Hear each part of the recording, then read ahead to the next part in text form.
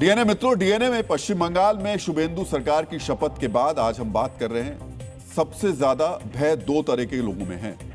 Number एक, गुंडे और अपराधी, और नंबर दो, बांग्लादेशी घुसपैठिए और बांग्लादेश के कट्टरपंथी। सत्ता परिवर्तन के बाद बांग्लादेश के कट्टरपंथी बौखलाए हुए हैं। इस बौखलाहट में उनका मानसिक संतुलन बिगड़ गया है। वो बंगाल को भारत से अलग करने का सपना देखने लगे। वो बंगाल के मुस्लिम विधायकों को दिल्ली से लड़ने के लिए भड़का रहे हैं। भारत के खिलाफ युद्ध करने की गीदड़ भपकी दे रहे हैं। मित्रों, आज इन कट्टरपंथियों की वैचारिक मरम्मत की जरूरी है, लेकिन उससे पहले पश्चिम बंगाल में शुभेंदु सरकार के शपथ ग्रहण का संपूर्ण विश्लेषण कर लेते हैं। मित्रों, शपथ ग्रहण के मंच से आज आपने कई तरीके की तस्वीरें देखी होंगी, लेकिन हम आज आपके लिए उन अहम तस्वीरों को डिकोड करने वाले हैं जिसमें खास संदेश छिपे हुए हैं। लेकिन हो सकता है आपके ध्यान से ये तस्वीरें निकल गई हों या आपकी नजर ही ना पड़ी हो। आज आपको जानना चाहिए कि प्रधानमंत्री नरेंद्र मोदी शपथ ग्रहण से पहले अपनी गाड़ी में शुभेंदु अधिकारी को साथ लेकर क्यों गए। प्रधानमंत्री जब मंच की तरफ बढ़ रहे थे तो उन्होंने शमिक भट्टाचार्य को आगे क्यों बुलाया। प्रधानमंत्री ने पार्टी के सबसे बुजुर्ग कार्यकर्ता को सिर झुकाकर क्यों प्रणाम किया। शुभेंदु अधिकारी जिस मंच पर शपथ ले रहे थे उस पर मां दुर्गा की तस्वीर क्यों थी। शुभेंदु अधिकारी आज भगवा कुर्ते में क्यों थे। योगी आदित्यनाथ ने शुभेंदु अधिकारी को भगवा गमछा क्यों दिया। पीएम मोदी ने मंच पर बंगाल में बीजेपी के सबसे वरिष्ठ सदस्य माखनलाल जी के सामने सिर क्यों झुकाया। आज आपको बारी बारी से इन तस्वीरों के पीछे छिपे संदेशों को समझना चाहिए। इन तस्वीरों के जरिए प्रधानमंत्री क्या संदेश देना चाहते हैं। क्या ये तस्वीरें आने वाले समय में बंगाल और देश की राजनीति का भविष्य बताती हैं। लेकिन उन तस्वीरों को डिकोड करने से पहले आज की एक और महत्वपूर्ण तस्वीर आपको देखनी चाहिए। मित्रों, आज का दिन बंगाल के इतिहास के लिए एक नई शुरुआत का प्रतीक बन गया। लगभग 30 साल कांग्रेस, 34 साल लेफ्ट और 15 साल टीएमसी की सरकार के बाद आज बंगाल में पहली बार बीजेपी की सरकार बनी। कोलकाता के ऐतिहासिक ब्रिगेड मैदान में 55 साल के शुभेंदु अधिकारी ने बंगाल के मुख्यमंत्री के रूप में शपथ ली। আমি শুভেন্দু অধিকারী ঈশ্বরের নামে শপথ করিতেছি যে বিধি দ্বারা স্থাপিত ভারতের সংবিধানের প্রতি আমি অকৃত্রিম নিষ্ঠা ও আনুগত্য পোষণ করিব। আমি ভারতের সার্বভৌমত্ব ও অখণ্ডতা রক্ষা করিব। डीएनए मित्रों, शुभेंदु अधिकारी की यह शपथ बंगाल के लिए मर मिटने वाले और अपनी जवानी खपाने वाले पार्टी के कार्यकर्ताओं को नमन था। लेकिन उससे पहले आपको आज की कुछ खास तस्वीरें देखनी चाहिए। पीएम मोदी जब ब्रिगेड परेड ग्राउंड में रोड शो करते हुए मंच की तरफ जा रहे थे तो वो अकेले नहीं थे। उनके एक तरफ शुभेंदु अधिकारी थे तो दूसरी तरफ बंगाल बीजेपी के अध्यक्ष शमिक भट्टाचार्य। उन दोनों को साथ लेकर पीएम मोदी ब्रिगेड ग्राउंड में मौजूद लोगों के बीच पहुंचे। इस तरह से वो पहली बार किसी शपथ ग्रहण के मंच तक जाते दिखाई दिए। मित्रों, बंगाल विजय के बाद शपथ ग्रहण के दौरान जनता के बीच इस तरह दोनों नेताओं के साथ नजर आना राज्य के नेताओं और कार्यकर्ताओं का सम्मान है। यह बता रहा है कि भले ही पीएम मोदी जीत के केंद्र में हो, लेकिन राज्य के नेताओं और कार्यकर्ताओं की भी बड़ी भूमिका है। मित्रों, जनसंघ के संस्थापक डॉक्टर श्यामा प्रसाद मुखर्जी बार बार जोर देकर कहते थे, मजबूत संगठन के बिना कोई भी विचारधारा सफल नहीं हो सकती। नई सरकार के शपथ ग्रहण के दौरान बार बार संगठन की मजबूती दिखाई दी। रोड शो खत्म होने के बाद पीएम मोदी मंच की तरफ बढ़ रहे थे। इस दौरान बीजेपी के प्रदेश अध्यक्ष शमिक भट्टाचार्य थोड़ा पीछे छूट गए। पीएम मोदी को जब इसका एहसास हुआ तो उन्होंने शमिक भट्टाचार्य को बुलाया। शमिक भट्टाचार्य प्रधानमंत्री के दाहिनी तरफ खड़े हुए। उसके बाद प्रधानमंत्री आगे की तरफ बढ़े, यानी प्रधानमंत्री संगठन को साथ लेकर चले। मौका भले ही शुभेंदु के शपथ ग्रहण का था, लेकिन इस दौरान भी उन्होंने संगठन को भी बराबर का महत्व दिया। मित्रों, इसमें यह संदेश छिपा था कि संगठन मजबूती का मूल आधार है और प्रधानमंत्री बार बार यह मैसेज दे रहे हैं। बंगाल के नतीजों के बाद प्रधानमंत्री ने 2 बार संगठन की मजबूती के ये संदेश दिए हैं। नतीजों के दिन जब पार्टी मुख्यालय में प्रधानमंत्री ने कार्यकर्ताओं को संबोधित किया, तब भी यह दिखाई दिया। पार्टी की तरफ से पीएम मोदी के स्वागत के लिए माला का इंतजाम किया गया था। बीजेपी अध्यक्ष नितिन नवीन जैसे ही प्रधानमंत्री को माला पहनाने के लिए आगे बढ़े, पीएम ने नितिन नवीन के हाथ से माला लेकर उनको ही पहना दी। नितिन नवीन को भी इसकी उम्मीद नहीं थी, लेकिन पीएम का संदेश साफ था, सत्ता से बड़ा संगठन होता है। मित्रों, दिल्ली में प्रधानमंत्री ने पार्टी के राष्ट्रीय अध्यक्ष को बंगाल विजय का सूत्रधार बताया, वहीं कोलकाता में पार्टी के प्रदेश अध्यक्ष को केंद्र में रखा। इन बातों से पार्टी के एक एक नेता और कार्यकर्ता तक संदेश जाता है, उन्हें संगठन के लिए काम करने की प्रेरणा मिलती है। उन्हें ऐसा नहीं लगता कि सत्ता के आगे संगठन कमजोर पड़ गया है। संगठन का यही हौसला चुनाव के वक्त काम आता है, कार्यकर्ताओं को ग्राउंड पर दूसरी पार्टियों से आगे ले जाता है। प्रधानमंत्री ने बताया कि सरकार से संगठन नहीं बल्कि संगठन से सरकार बनती है। डीएनए मित्रों, लोकतंत्र में जनता की अहमियत को लेकर गांधी जी ने कहा था, जनता की आवाज ईश्वर की आवाज है। उन्होंने जनता को सर्वोच्च बताते हुए उसके फैसले को अंतिम बताया था। बंगाल विजय के बाद आज प्रधानमंत्री ने जनता की इसी सर्वोच्चता का संदेश दिया। वो शपथ ग्रहण के मंच से जनता के सामने दंडवत हो गए। मंच पर पहुंचने के बाद उन्होंने पहले हाथ हिलाकर जनता का अभिवादन किया। इसके बाद उन्होंने दंडवत होकर लोगों का आभार जताया।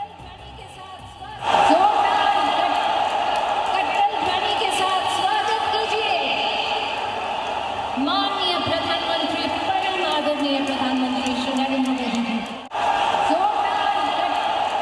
कट्टल ध्वनि के साथ स्वागत कीजिए माननीय प्रधानमंत्री, परम आदरणीय प्रधानमंत्री श्री नरेंद्र मोदी जी। प्रधानमंत्री ने इस वीडियो को सोशल मीडिया पर शेयर करते हुए लिखा, मैं पश्चिम बंगाल की जनशक्ति को प्रणाम करता हूं।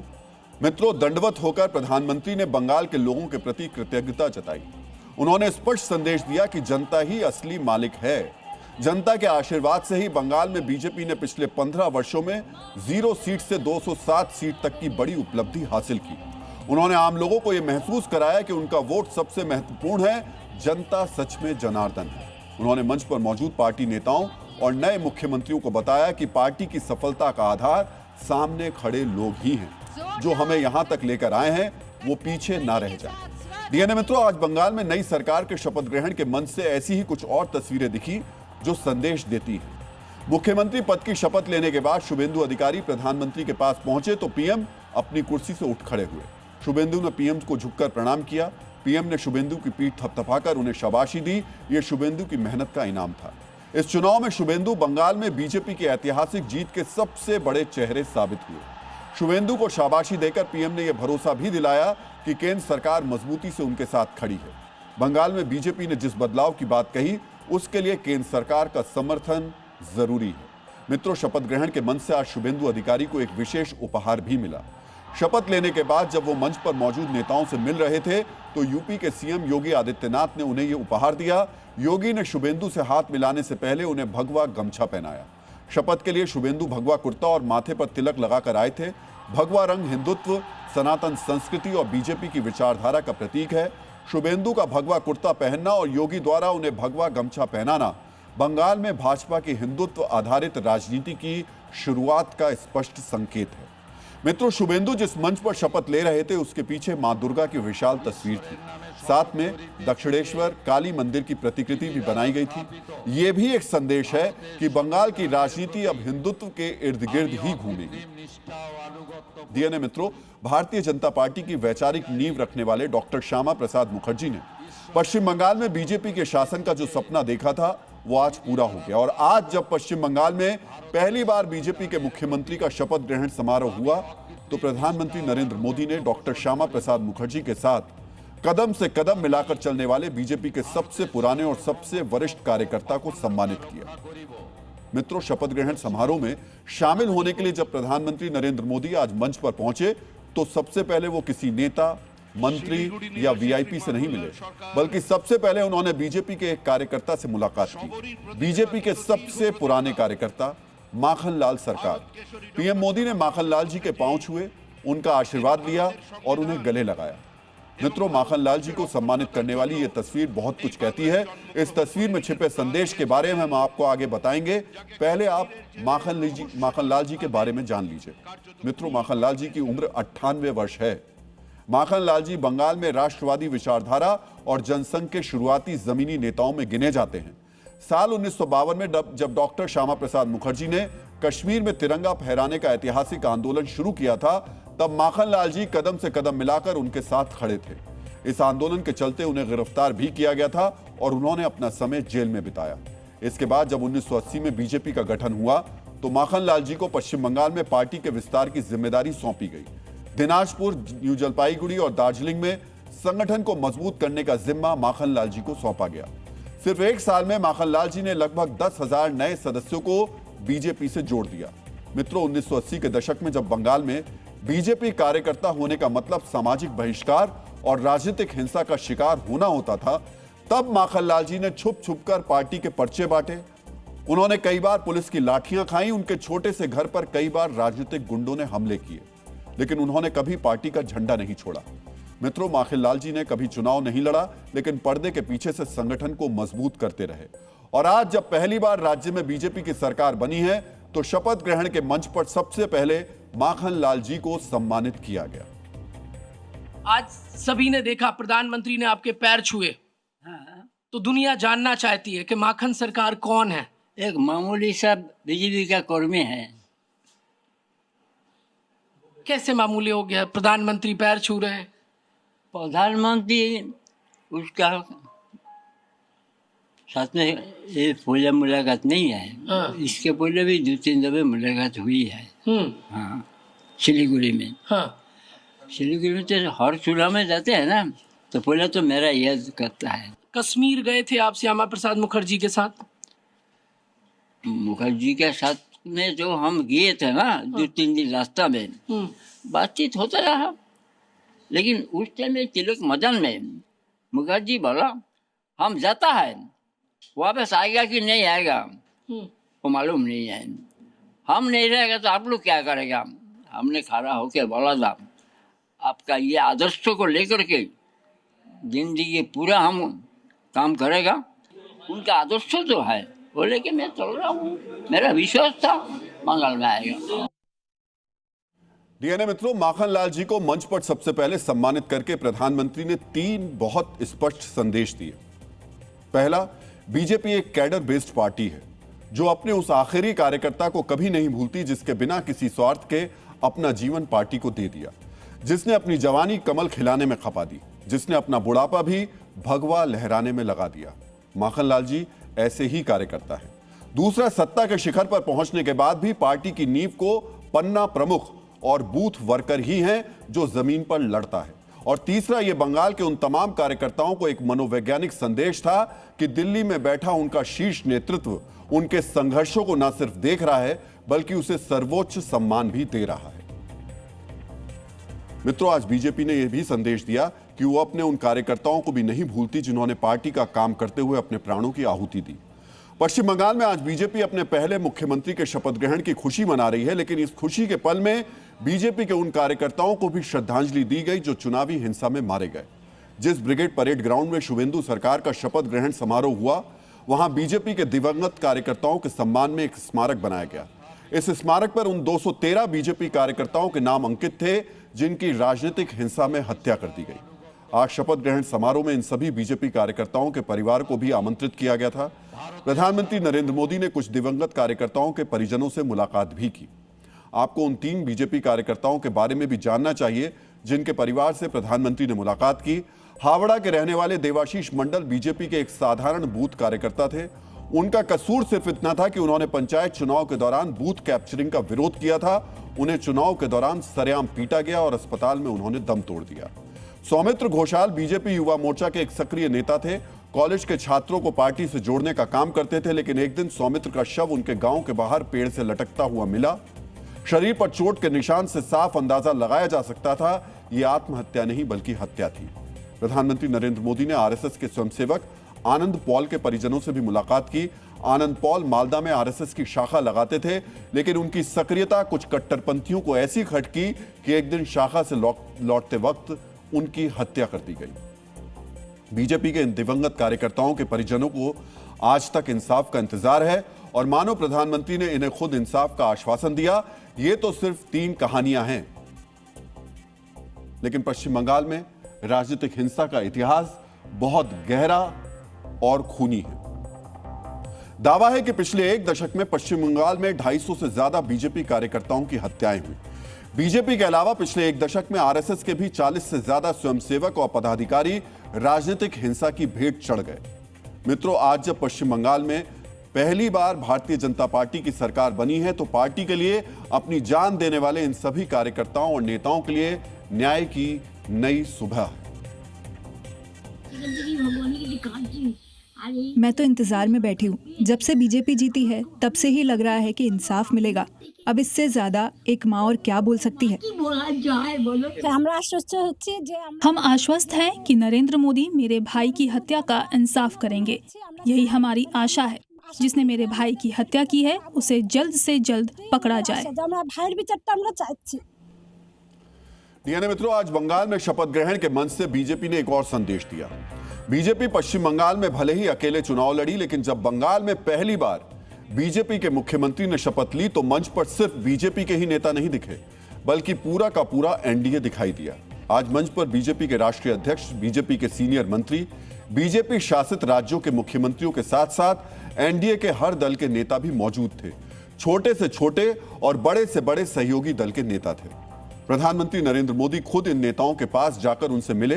मित्रों, इस तस्वीर के जरिए बीजेपी ने यह संदेश दिया कि उसके लिए हर सहयोगी दल बराबर है, उसकी नजर में सभी एक समान है। मित्रों, मुख्यमंत्री के रूप में शपथ लेने के बाद शुभेंदु अधिकारी के लिए आज का दिन बेहद व्यस्त रहा, लेकिन इसी व्यस्तता के बीच उन्होंने जनसंघ के संस्थापक डॉक्टर श्यामा प्रसाद मुखर्जी को श्रद्धांजलि दी। डॉक्टर मुखर्जी को याद करते हुए शुभेंदु ने कहा कि अगर वो नहीं होते तो आज पश्चिम बंगाल के हिंदुओं की स्थिति बांग्लादेश के हिंदुओं जैसी होती। शुभेंदु आज कोलकाता में भारत सेवाश्रम संघ भी गए। यहां उन्होंने भारत सेवाश्रम संघ के संस्थापक स्वामी प्रणवानंद महाराज जी की आरती उतारी। भारत सेवाश्रम संघ हिंदुओं का एक प्रमुख संगठन है जो समाज सेवा के काम में लगा हुआ है। इसने ऐतिहासिक रूप से भारत के विभाजन के समय पूर्वी बंगाल से आए शरणार्थियों के पुनर्वास में महत्वपूर्ण भूमिका निभाई थी। मित्रों, अब से कुछ देर पहले मुख्यमंत्री शुभेंदु अधिकारी ने कोलकाता के प्रसिद्ध कालीघाट मंदिर जाकर मां काली के भी दर्शन किए। शपथ के बाद शुभेंदु का इन जगहों पर जाना भी एक संदेश है। उन्होंने बताया कि नई सरकार की शुरुआत विचारधारा और धार्मिक मूल्यों के प्रति समर्पण से हुई है। उन्होंने बंगाल की जनता को बताया कि नई सरकार सनातन संस्कृति और सेवा भावना को प्राथमिकता देगी। डीएनए मित्रों, बंगाल की जीत में शुभेंदु अधिकारी की भूमिका से आप में से ज्यादातर लोग परिचित होंगे। कल डीएनए में हमने आपको शुभेंदु अधिकारी के बारे में विस्तार से बताया था। जिस तरह उन्होंने सड़क से लेकर सदन तक ममता सरकार और उनकी नीतियों का विरोध किया, उसका आज उन्हें कह सकते हैं कि इनाम मिला। लेकिन इस संघर्ष में बीजेपी के कई और नेताओं का भी योगदान रहा। उनमें से कुछ नेताओं को शुभेंदु अधिकारी की मिनी कैबिनेट में मंत्री बनाकर उनकी भूमिका को भी स्वीकार किया गया। इनमें से कुछ जाने पहचाने चेहरे हैं तो कुछ अनजाने चेहरे भी हैं।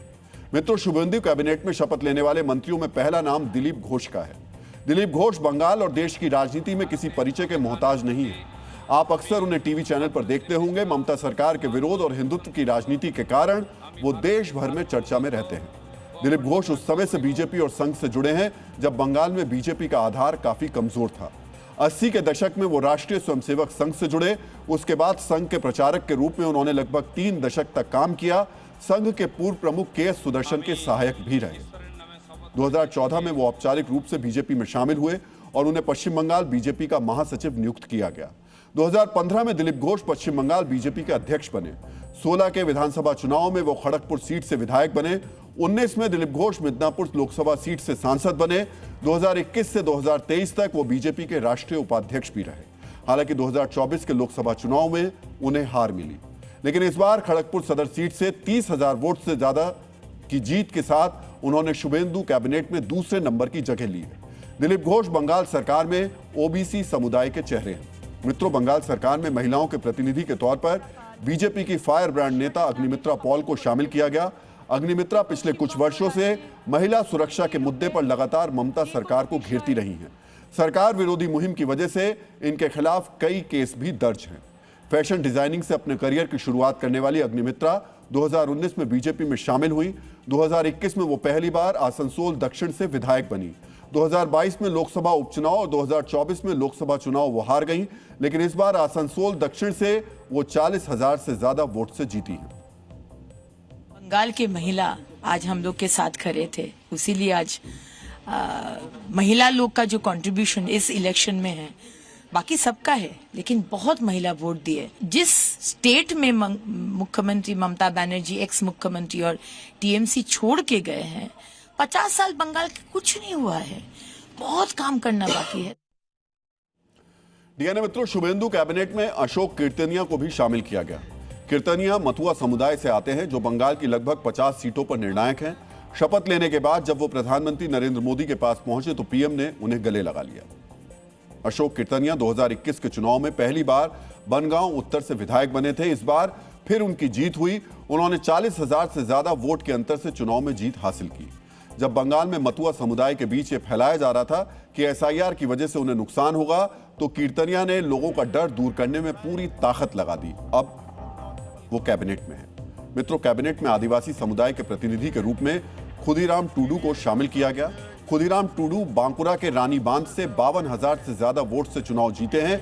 खुदीराम टूडू लंबे समय से सामाजिक संगठनों से भी जुड़े रहे हैं। आदिवासी समुदाय के अधिकारों के अलावा संथाली भाषा और संस्कृति के संरक्षण के लिए उन्होंने कई आंदोलन किए। वो पेशे से शिक्षक हैं। पहली बार उन्होंने जीत हासिल की और मंत्री बन गए। मित्रों, शुभेंदु सरकार में आज मंत्री पद के रूप में शपथ लेने वाले आखिरी चेहरे निशित प्रामाणिक हैं। इनसे भी आप पहले से परिचित होंगे, क्योंकि ये मोदी सरकार में गृह राज्य मंत्री रहे हैं। 40 साल के निशित प्रामाणिक शुभेंदु सरकार के सबसे युवा चेहरे भी हैं। दलित समुदाय से संबंध रखने वाले निशित प्रामाणिक 2019 में टीएमसी से बीजेपी में आए और कूच बिहार लोकसभा सीट से सांसद बने।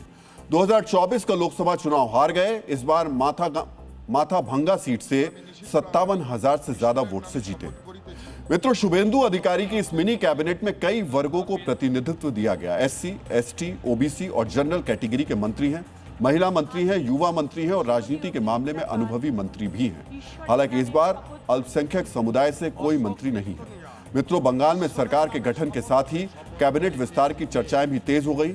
आज मुख्यमंत्री और 5 मंत्रियों ने शपथ ली है, जबकि बंगाल में अधिकतम 44 मंत्री बन सकते हैं। यानी शुभेंदु कैबिनेट में अभी 38 और चेहरों को जगह दी जा सकती है। अगले कुछ दिनों में यह विस्तार होगा। डीएनए मित्रों, नई सरकार में मंत्री पद का अवसर कई नेता तलाश रहे होंगे, लेकिन बंगाल में बीजेपी की जीत के पीछे एक ऐसे नेता का जिक्र भी आज जरूरी है जिसने अफसर से ज्यादा पार्टी के अस्तित्व के लिए लड़ाई लड़ी। और आज मंच पर खुद प्रधानमंत्री मोदी ने उनके इस संघर्ष को सराहा। शपथ ग्रहण समारोह में एक और ऐसी तस्वीर थी जिसका जिक्र करना आज जरूरी है। आज प्रधानमंत्री नरेंद्र मोदी शपथ ग्रहण के मंच पर मौजूद थे। अभिनेता से नेता बने मिथुन चक्रवर्ती के पास खुद चलकर गए, उनसे बात की। इस मुलाकात को देखकर यह कहा जा सकता है, यह सिर्फ एक शिष्टाचार भेंट नहीं थी, यह कमिटमेंट और संघर्ष का सम्मान था। मित्रों, पर्दे के पीछे से मिथुन चक्रवर्ती ने बीजेपी की जीत के लिए क्या रोल निभाया, आपको यह भी जानना चाहिए। मिथुन चक्रवर्ती ने बीजेपी का दामन उस वक्त थामा जब टॉलीवुड में बीजेपी का खुलकर समर्थन करना तो दूर, नाम लेना तक गुनाह माना जाता था। बीजेपी के करीबी चाहते ही कलाकारों को फिल्मों से निकाल दिया जाता था, शो कैंसिल कर दिए जाते थे, इंडस्ट्री में बॉयकॉट कर दिया जाता था। 7 मार्च 2021 को मिथुन चक्रवर्ती ने बीजेपी ज्वाइन की और 5 साल तक पार्टी का जमकर प्रचार किया। उनकी लोकप्रियता कोलकाता के एलीट क्लास से लेकर सुंदरबन के मछुआरों और पुरुलिया के आदिवासियों तक है। उन्होंने बीजेपी के लिए वो इमोशनल कनेक्शन पैदा किया जिसकी कमी पहले से खटकती थी। उन्होंने सिर्फ हिंदू वोटों की बात नहीं की, बल्कि गरीब और शोषित बंगाली की बात की। उनकी रैलियों में उमड़ने वाली भीड़ ने यह साबित कर दिया कि बीजेपी अब बंगाल के लिए बाहरी पार्टी नहीं रही। मिथुन चक्रवर्ती ने बिना किसी बड़े पद की लालसा के बंगाल में बीजेपी की जीत की स्क्रिप्ट लिखी और आज मंच पर प्रधानमंत्री जिस तरह उनसे खुद मिलने आए, उससे यह साबित हो गया कि बंगाल की राजनीति में मिथुन चक्रवर्ती का कद बहुत बड़ा है। डीएनए मित्रों, शुभेंदु अधिकारी के इस शपथ ग्रहण की एक और तस्वीर ने सबका ध्यान अपनी ओर खींचा था। शपथ ग्रहण के मंच पर बंगाल के गुरुदेव यानी रविंद्रनाथ टैगोर की पेंटिंग लगाई गई थी। जब पीएम मोदी स्टेज पर पहुंचे तो उन्होंने सबसे पहले अपनी चप्पलें उतारी और टैगोर को पुष्प अर्पण करके नमन किया। मित्रों, पश्चिम बंगाल में टैगोर सिर्फ कवि या गुरुदेव नहीं है, टैगोर बंगाल की आत्मा है। टैगोर का लेखन आधुनिक बंगाली साहित्य की संस्कृति की नींव है। खास बात यह कि शुभेंदु अधिकारी का शपथ ग्रहण भी टैगोर की जयंती पर ही हुआ है। बंगाल में इस अवसर को पोचिशे बोईसाख कहा जाता है, यानी बंगाल में बैसाख का 25वां दिन। मित्रों, टैगोर की लेखनी के अमर शब्द यानी आमार सोनार बांग्ला बीजेपी के चुनावी कैंपेन की धुरी भी रहे थे। हम सोनार बांग्ला को जमीन पर उतारने के लिए अपना सबसे अच्छा परफॉर्मेंस बंगाल की जनता को दें।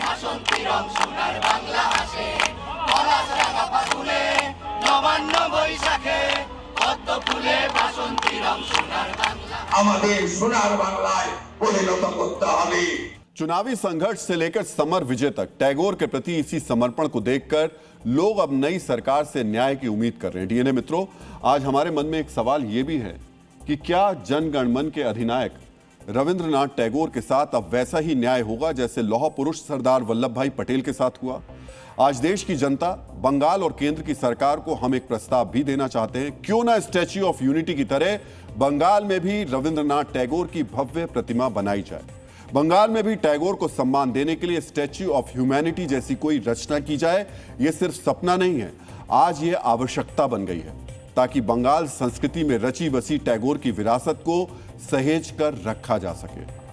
मित्रों, पश्चिम बंगाल में 30 से ज्यादा ऐसे स्थान हैं जहां गुरुदेव टैगोर की स्मृतियां मौजूद हैं। इन्हीं में से एक है महर्षि भवन। यहां टैगोर का बचपन बीता था। वर्ष 2022 में इस इमारत के एक हिस्से पर अनाधिकृत कब्जा कर लिया गया। यहां टीएमसी के संगठन तृणमूल शिक्षा बंधु समिति का दफ्तर खोल दिया गया था। कोर्ट में सुनवाई के बाद महर्षि भवन को अवैध कब्जे से मुक्त कराया गया। यह महर्षि भवन जोरसांको ठाकुरबाड़ी नाम के परिसर के अंदर स्थित है। इस स्थान का भी टैगोर के जीवन से संबंध है। आज से 4 साल पहले इस परिसर के अंदर ममता और अभिषेक बनर्जी की तस्वीरें लगा दी गई थी। यहां भी अदालत को दखल देना पड़ा, तब कहीं जाकर गुरुदेव की इस विरासत से राजनीतिक रंग हटाया गया था। मित्रों, इसी वजह से यह अवधारणा पैदा हुई है, टैगोर की अनदेखी खत्म की जाए। लौह पुरुष सरदार पटेल की तरह ही गुरुदेव की याद में भी स्टैच्यू ऑफ ह्यूमैनिटी बनाई जाए। टैगोर का लेखन और विचार मानवतावादी रहे थे। इसी वजह से उनकी प्रतिमा से जुड़े अवधारणा को हमने स्टैच्यू ऑफ ह्यूमैनिटी का नाम दिया। इस तरह उनकी स्मृतियां अमर रहेंगी। मित्रों, बंगाल और टैगोर का रिश्ता कृष्ण और मीरा के रिश्ते जैसा था, यानी इस रिश्ते में प्रेम और समर्पण दोनों था। टैगोर की अमर कृति अमार सोनार बांग्ला में इस रिश्ते को बहुत ही सुंदरता के साथ परिभाषित किया गया है। टैगोर ने लिखा था, मेरे सुनहरे चमकते बंगाल, मैं तुम्हें बहुत प्यार करता हूं। बंगाल के आकाश में चलती हवा मेरे हृदय में ऐसे रहती है जैसे किसी बांसुरी की धुन। जब फागुन आता है तो बंगाल की धरती के फलों की खुशबू मुझे खुशी से पागल कर देती है। जब शरद ऋतु आती है तो तुम्हारे लहलहाते खेत देखकर मेरे चेहरे पर मुस्कुराहट आ जाती है। ऐसे ही विचारों की वजह से बंगाल और टैगोर को अभिन्न कहा जाता है। अब बंगाल का भद्रलोक भी यही चाहता है कि नई सरकार न सिर्फ टैगोर के विचारों को सहेजे, बल्कि उनका प्रचार प्रसार भी करे। जो उनका पुराना जो हेरिटेज है, अभी तक जो उनका हेरिटेज उसको मेंटेन करके रखना चाहिए, उन्हें कोई चेंजेस नहीं लाना चाहिए। उनका जो हिस्ट्री है वो भी मेंटेन होना चाहिए और जितना हो सके वो उन्हें स्प्रेड करे। सरकार को उनका इतिहास पब्लिश करना चाहिए, उनका विचारधारा को आगे बढ़ाना चाहिए। क्यों, लोग भूल गए क्या? भूल गए सर, कहाँ है, कुछ है ही नहीं, कुछ दिख नहीं रहा वैसा तो कुछ। उसका जो कल्चर जो है, उसका जो पोइट है, उसका जो गल्प है, वो नया सिलेबस में ले आना चाहिए पाठ्य पुस्तक में, जो बच्चा लोग सीख सकते हैं, जान सकते हैं उसका क्या है नहीं है, उसका अच्छा क्या है बुरा क्या है, सब कुछ जान सकते हैं। नया सरकार आया है तो नोबेल पुरस्कार जीते हुए गुरु रविन्द्रनाथ टैगोर के लिए वो उनका धरोहर अच्छा से रखे। आज उन्होंने हम लोगों को राष्ट्रगान दिया, बहुत कुछ दिया, तो हम चाहते हैं कि भाई जो अच्छा से अच्छा हो सके नया सरकार उनके लिए करे।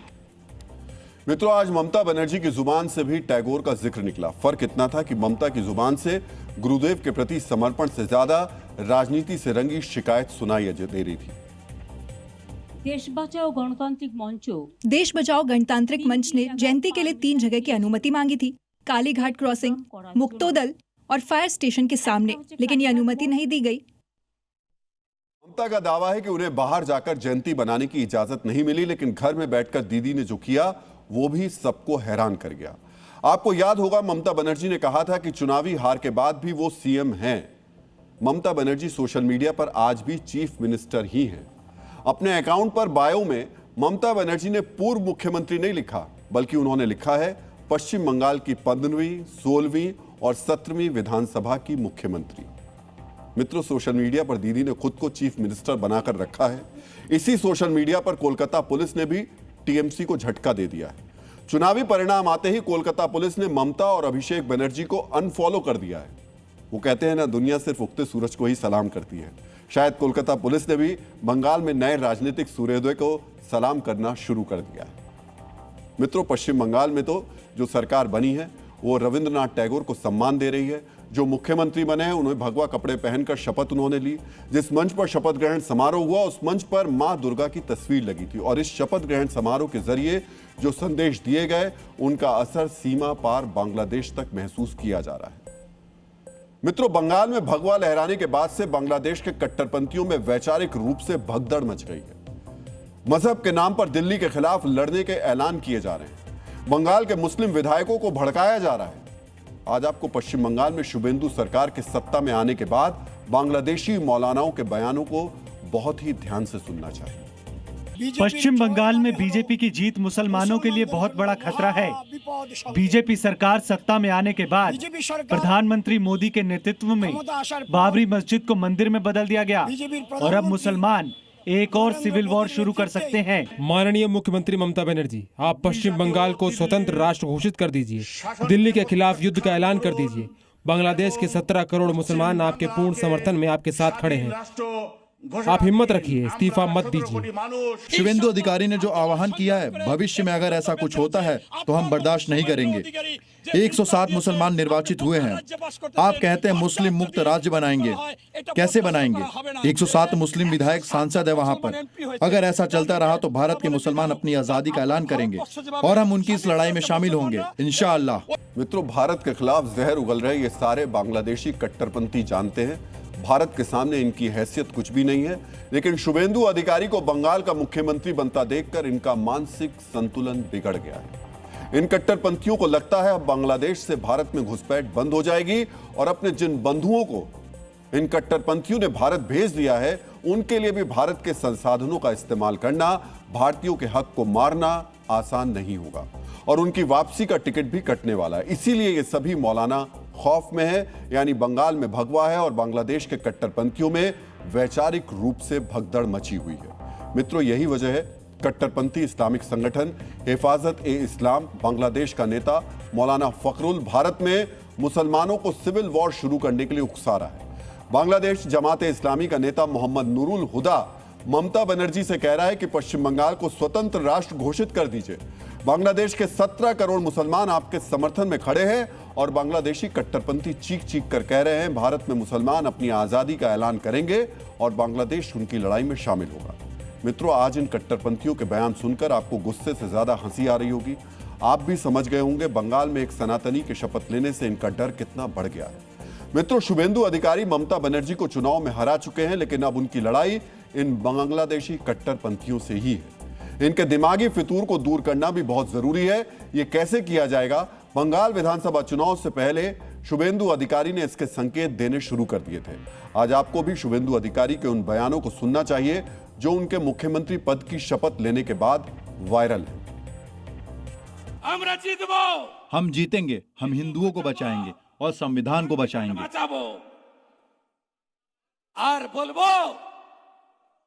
मैंने राष्ट्रवादी मुसलमानों के बारे में बात की। आप सभी ने ये नारा भी दिया कि सबका साथ सबका विकास। अब हम ये सब नहीं कहेंगे, कहेंगे जो हमारे साथ हम उसके साथ, हम उनका साथ, सबका साथ सबका विकास बंद करो। नो नीड संख्यालघु मोर्चा। हमें अल्पसंख्यक मोर्चे की भी जरूरत नहीं है। जय श्री राम। जय श्री राम। ये भवानीपुर मिनी इंडिया है। ममता बनर्जी बिहार, यूपी, पंजाब, दिल्ली, गुजरात, महाराष्ट्र, असमिया, उड़िया, उड़ीसा, सबको बोलता है ये लोग बाहरी, और बांग्लादेशी मुसलमान को बोलता है ये हमारी दामाद। ममता बनर्जी को बाहर करने का काम आप लोग को ही करना पड़ेगा। मित्रों, आपने शुभेंदु अधिकारी के जो बयान सुने, इनमें से पहला बयान शुभेंदु अधिकारी ने कोलकाता में बीजेपी की स्टेट एग्जीक्यूटिव कमेटी मीटिंग में दिया। 2024 में दिए गए इस बयान को बंगाल विधानसभा चुनाव के लिए बीजेपी की रणनीति माना गया था, जिसके तहत बीजेपी ने बंगाल में मुस्लिम तुष्टीकरण के खिलाफ मजबूती से खड़े होने की तैयारी की थी। दूसरे बयान के जरिए शुभेंदु अधिकारी ने चुनाव के दौरान ममता बनर्जी पर बांग्लादेशी घुसपैठियों पर नरमी दिखाने का आरोप लगाया, जनता से उनको बंगाल की सत्ता से हटाने की अपील की। मित्रों, शुभेंदु अधिकारी के आरोपों को सही मानते हुए जनता ने ममता को पश्चिम बंगाल से साथ साथ उनके गढ़ भवानीपुर से भी हरा दिया। जब शुभेंदु अधिकारी ने यह आरोप लगाए थे तब वो सिर्फ बीजेपी नेता थे, लेकिन आज जब उनके पुराने बयान वायरल हो रहे हैं तब वो बंगाल के मुख्यमंत्री बन चुके हैं, जो अब अपनी नीतियों को बंगाल में लागू करेंगे। इसीलिए ये बयान भी बांग्लादेशी कट्टरपंथियों को डरा रहे हैं।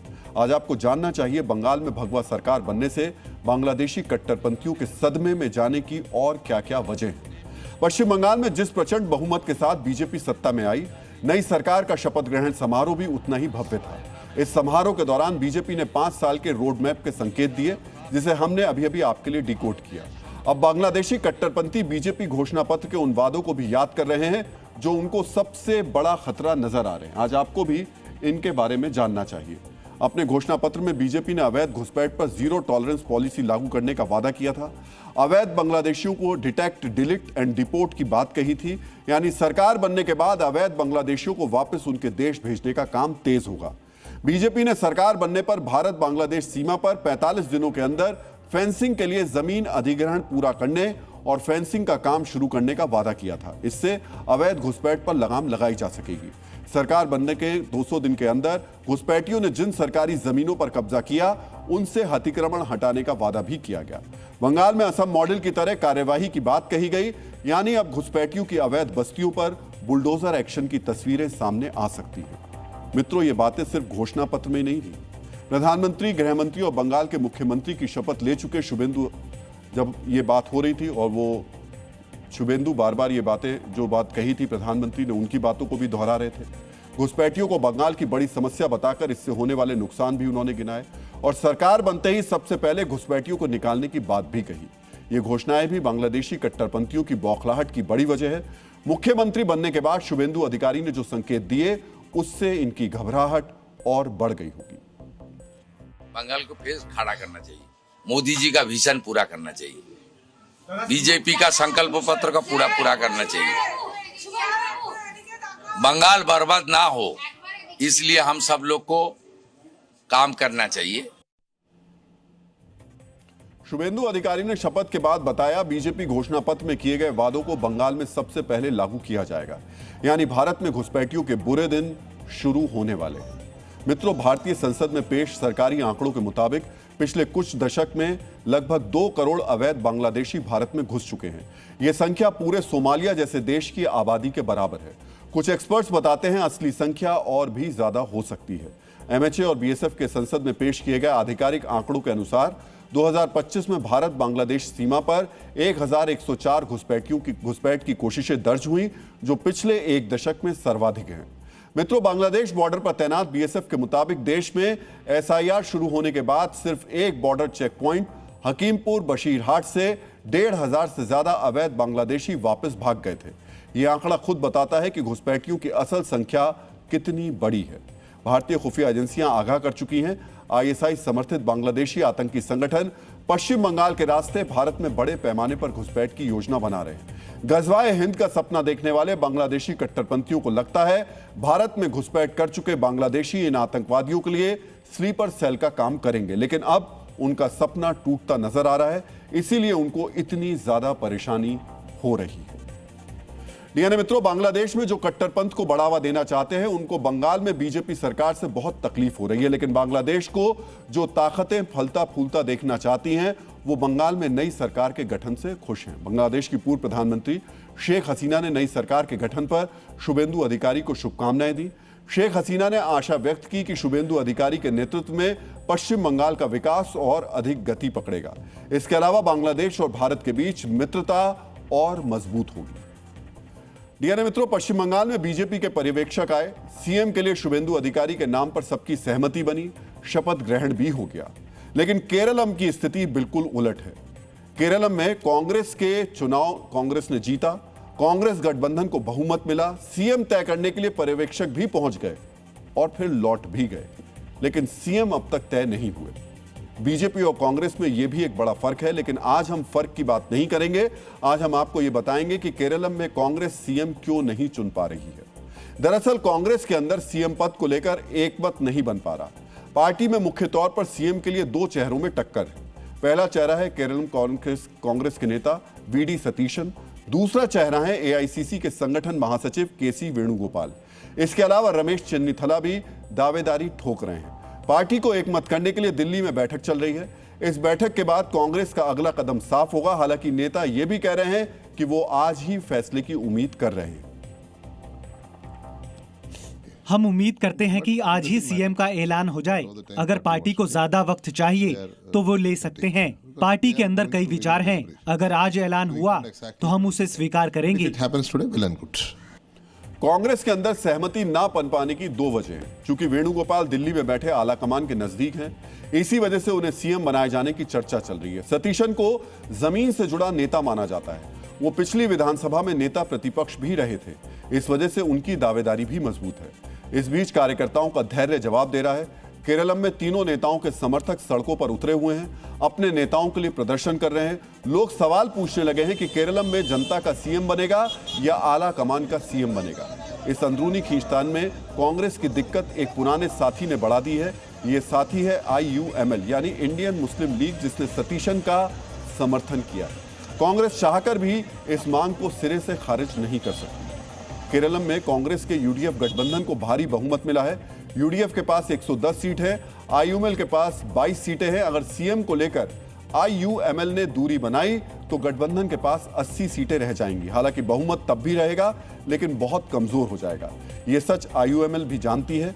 इसी वजह से IUML के नेता दबाव बनाने से पीछे नहीं हट रहे हैं। मित्रों, 4 मई को जब चुनाव आयोग ने नतीजों की घोषणा की थी, तब केरलम की 140 सीटों के नतीजों का ऐलान सबसे पहले हुआ था। आज 120 घंटे बीत चुके हैं, लेकिन सीएम के चेहरे पर मोहर नहीं लग पाई है। कांग्रेस के दोनों पर्यवेक्षक अजय माकन और मुकुल वासनिक लाख जतन करते रहे, लेकिन बात दिल्ली पहुंचकर भी नहीं बनी। खैर, यह पहली बार नहीं है जब सीएम फेस को लेकर कांग्रेस के अंदर दो मत बने हों। 2018 के राजस्थान विधानसभा चुनाव में ऐसा ही हुआ था। अशोक गहलोत और सचिन पायलट को सीएम बनाने को लेकर वाद विवाद हुआ। 2022 में कांग्रेस ने हिमाचल जीता। सुखविंदर सिंह सुक्खू और प्रतिभा सिंह को सीएम बनाने पर असहमति का सामना करना पड़ा। 2023 में जब कांग्रेस को कर्नाटक में जीत मिली, तब सिद्धारमैया और DK शिवकुमार के बीच खींचतान हुई थी।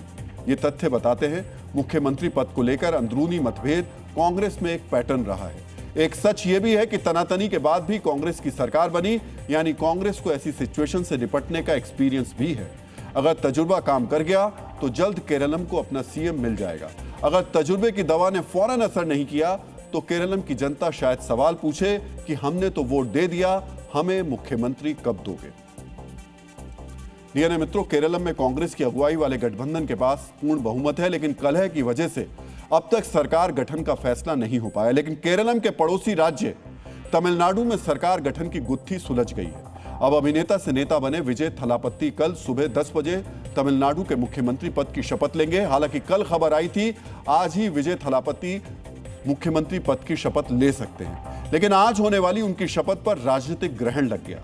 आज आपको समझना चाहिए 4 दिन में राज्यपाल से 4 मुलाकात करने वाले विजय थलापति की शपथ पर ग्रहण क्यों लगा था और किस तरह विजय थलापति ने इस सियासी ग्रहण की छाया से खुद को बचाया। आज आपको यह भी जानना चाहिए सबसे बड़ी पार्टी बनने के बावजूद बहुमत से दूर TVK को अब किस किस पार्टी का समर्थन मिल चुका है और विजय थलापति को कितनी मशक्कत के बाद बहुमत के लिए समर्थन और सरकार बनाने का न्योता मिला। मित्रों, तमिलनाडु में सरकार बनाने के लिए TVK चीफ विजय आज जब चौथी बार राज्यपाल भवन पहुंचे तो उनके पास 121 विधायकों का समर्थन पत्र था। यह समर्थन पत्र उन्होंने राज्यपाल राजेंद्र विश्वनाथन आर्लेकर को सौंपा, जिसके बाद राज्यपाल ने उनको सरकार बनाने का न्योता दे दिया। चुनाव का नतीजा आने के 5 दिन बाद बहुमत का गणित विजय के पक्ष में आ चुका है। तमिलनाडु विधानसभा चुनाव में विजय की पार्टी को सबसे ज्यादा 108 सीटें मिली थी, लेकिन विजय 2 सीटों से चुनाव जीते थे, इसलिए संख्या बल 107 का था। यह संख्या बहुमत के आंकड़े 118 से 11 कम थी, लेकिन अब कांग्रेस के 5, लेफ्ट पार्टियों CPI और CPM के 2 विधायक, इसके अलावा VCK और IUML के समर्थन से TVK अब बहुमत के लिए जरूरी 118 विधायकों के आंकड़े से आगे निकल गई है। मित्रों, सबसे बड़ी पार्टी बनने के बावजूद विजय थलापति को बहुमत इकट्ठा करने के लिए काफी मशक्कत करनी पड़ी। राज्यपाल से 4 मुलाकातों के बाद विजय थलापति को सरकार बनाने का न्योता मिला। नतीजा आने के एक दिन बाद 6 मई को विजय पहली बार गवर्नर राजेंद्र विश्वनाथन आर्लेकर से मिले। सबसे पहले उन्होंने डीएमके के साथ चुनाव लड़ने वाली कांग्रेस पार्टी का सहयोग उनको मिला था। कांग्रेस ने टीवीके के साथ सरकार बनाने के लिए डीएमके से गठबंधन तोड़ दिया।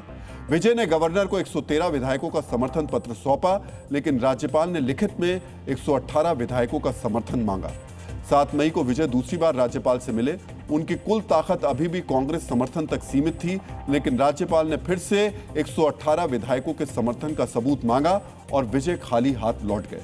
विजय की चिंता इसलिए भी बढ़ गई थी क्योंकि सरकार गठन के लिए डीएमके और एआईएडीएमके के बीच भी चर्चा शुरू हो गई। एक दिन बाद यानी 8 मई को लेफ्ट पार्टियों सीपीआई और सीपीएम ने विजय को बिना शर्त समर्थन देने का ऐलान किया।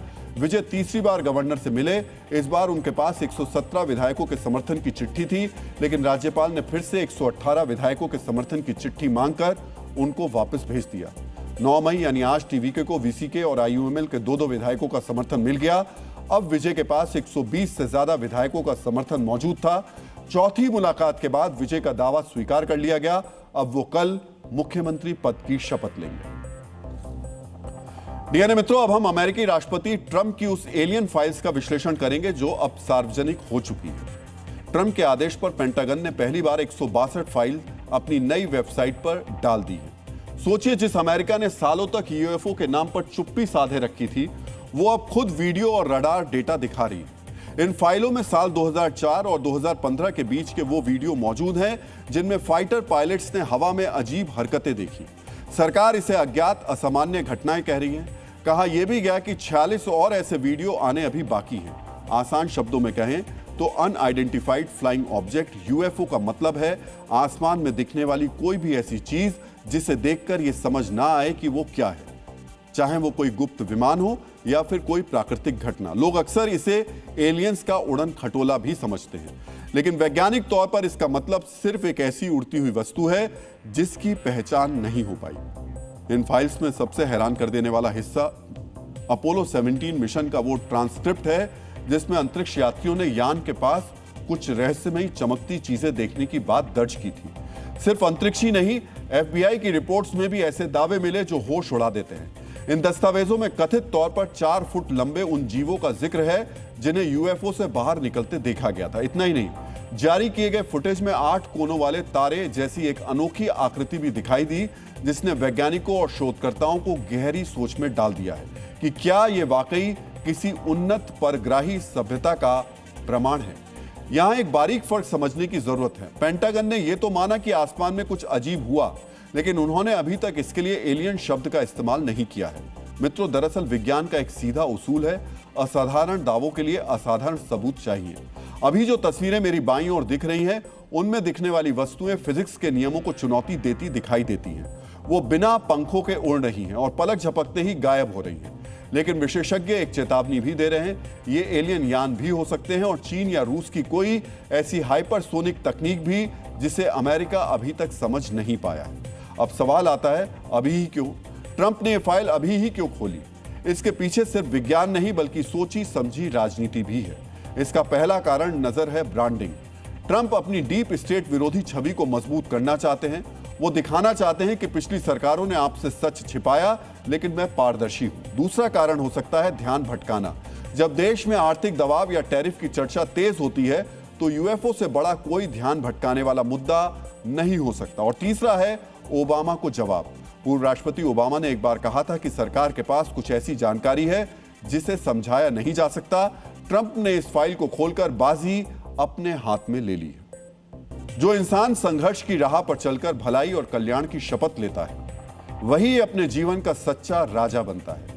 उसके अच्छे परिवर्तन में ही सुखी जीवन और असली खुशी छिपी होती है, क्योंकि नई जिम्मेदारी ही वो अवसर होती है जो इंसान को साधारण से महान बनाती है।